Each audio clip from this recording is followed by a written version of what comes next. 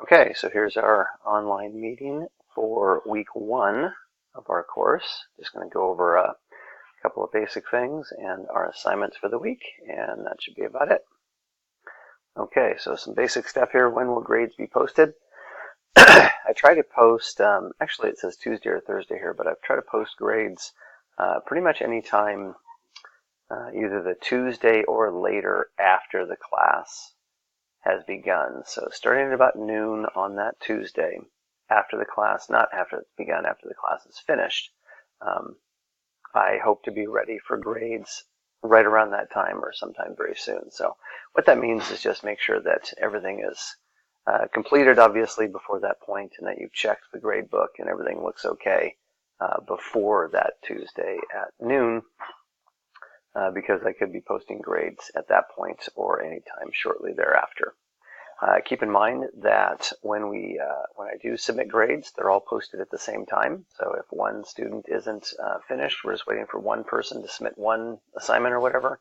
We're kind of all waiting for that person. So that doesn't mean if something happens that is out of your control that you can't ask for a bit of an extension or whatnot. You're more than welcome to do that. But I just want everyone to keep that in mind because we're working as a group here. Discussion boards, try to do those earlier in the week. They make more sense if they're done, throughout the week that we're discussing and reading and, mulling over those topics. Also remember, it does actually make it easier for other people to respond to, since typically those discussion boards, you respond to my question and then you respond to other people's responses to my question. It makes it a bit easier if people get in there early, excuse me, and respond quickly, because then you can respond to other people in a more efficient manner. Also remember, there are typically responses. You are typically required to respond to at least 2 other students in most cases, but just check the rubric on that to be sure that you're doing what you need to do for the discussion boards.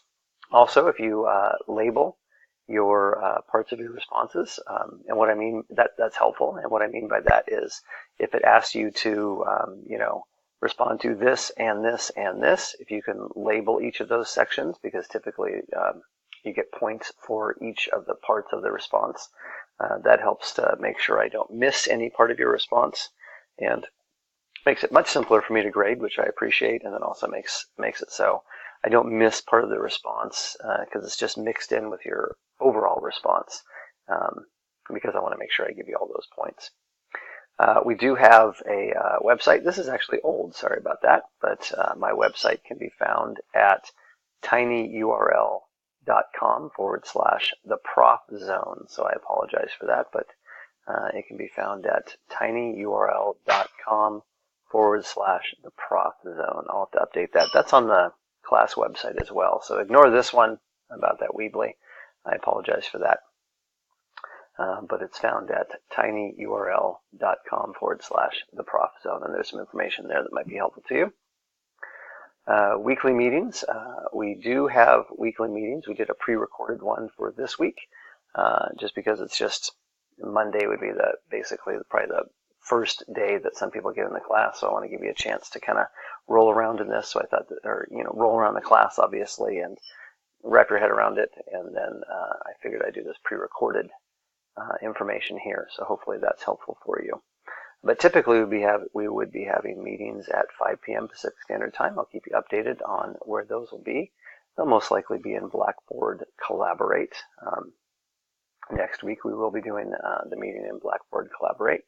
And I'm also considering doing a Twitter chat the last week, which is kind of a little different way to communicate with students. So just wanted to throw that out there so you could see just an alternative method of communication. All right, so let's go ahead and get into the assignments. The discussion board for this week, you're going to choose one of these topics below these essential conditions here, and then you're going to discuss how that affects your ability to use technology in your classroom. Just briefly explain how it may impact your teaching with technology. If you're not yet teaching, just kind of predict how you think it might affect your classroom when you do have your own classroom. But basically that's about it. Just kind of focusing on one of these areas and trying to figure out how that could affect your teaching using technology. assignment is a self-assessment and action plan. There's basically a template there that you download and you fill out that template. You might want to keep page 18 in the book in mind as you fill that out. So you're basically just filling out that template, but there is a section at the bottom that asks for your action plan. So you're going to want to put enough detail in there that shows that you've really thought about this action plan and that it will really keep you up to date on these topics, because technology is something that is continuously changing. I've been teaching about technology for about 20 plus years, so it's changed a lot and you have to constantly be learning and educating yourself. So you want to come up with a good action plan, not just something like, I'm going to, read a blog once a week or something like that. You want to really put some thought into that and talk about how you're going to keep up on the technology as it changes and how you're going to get better in those areas where you might need a little work, things like that. So just make sure you put enough detail in there. You're not having to write a, multiple page paper or anything, but you do want to put some thought into it. You also do have a reflection on this webinar right here, this pre-recorded webinar. These questions right here would probably be good.